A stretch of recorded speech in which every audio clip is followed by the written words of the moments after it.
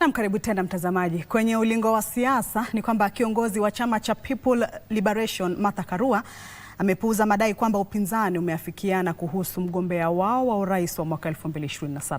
Haya yanajiri huku kukiwa na madai kwamba kiongozi wa chama cha Wiper Kalonzo Musyoka ameidhinishwa kwa siri na kiongozi wa chama cha DCP Rigathi Gachagua kugombea urais chini ya bendera ya muungano wa upinzani. Kwingineko, viongozi wa kidini wamelaani mtindo wa kutumia wahuni kuvuruga kampeni za kisiasa, wakitaka kukamatwa kwa wale wanaofadhili shughuli hizo.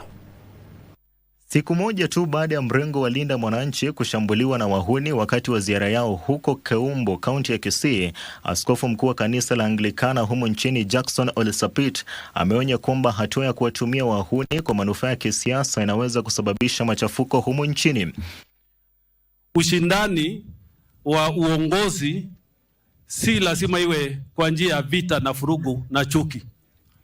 Tunashindana kwa ideas, tunashindana kwa yale ambayo tunaambia Wakenya waamue vile wataamua kulingana na kazi ambayo wameamini tunaweza kufanya. Ule mwanasiasa yote ambaye anatumia wauni kuweza kuumiza na kukandamiza wamama, watoto na vijana wenzake ni mwanasiasa ambayo ameishiwa na hesabu. Kwingineko, kiongozi wa chama cha PDP Martha Karua ambaye alikuwa katika kanisa Katoliki la St. James huko Mwea aliwaonya viongozi wa upinzani dhidi ya kutangaza mapema mgombea urais wa pamoja, akionya kwamba hali hiyo inaweza kusababisha mafarakano. Hatujafanya the rules, the structures for announcing.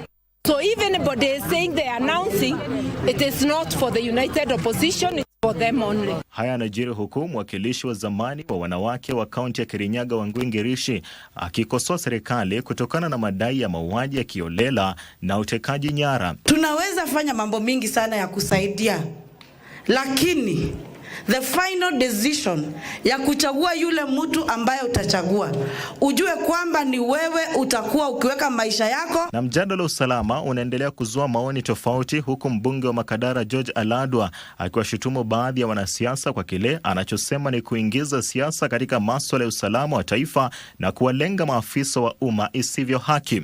Bwana Omolo PS afanye kazi yake kama PS wa Interior, kwa sababu hiyo docket ambayo ako ni docket very sensitive, na tungetaka mchezo nayo. Tunataka wapewe nafasi ya kufanya kazi. Tunataka usalama nchi mzima. Kiti ya PS Omolo ni kiti very sensitive. Hata kama hapo kwa nyumba 10 kuna vile security iko. Security inaanzanga na wewe mwenyewe. If you weaken your security, tafadhali hata wewe mtu wa media hauko safe. Na seneta wa Makueni Daniel Maanzo kwa upande wake anatoa wito wa kufanywa kwa uchunguzi wa kina kuhusu utekaji nyara na kuheshimiwa kwa uhuru wa vyombo vya habari na haki za kibinadamu. Kusema ukweli, kazi ya media ni kuandika ile kitu ameona na macho. Hatimaye baadhi ya viongozi wa chama cha ODM wakiongozwa na mwakilishi wa wanawake wa Mombasa Zamza Mohamed wanataka kukomeshwa kwa mizozo ya ndani ya chama. Mizozo inaweza kudhoofisha chama. Na mimi nasema wewe na jeshi lako endeleeni kushika chama cha ODM, tusivunje chama. Sisi tuko pamoja.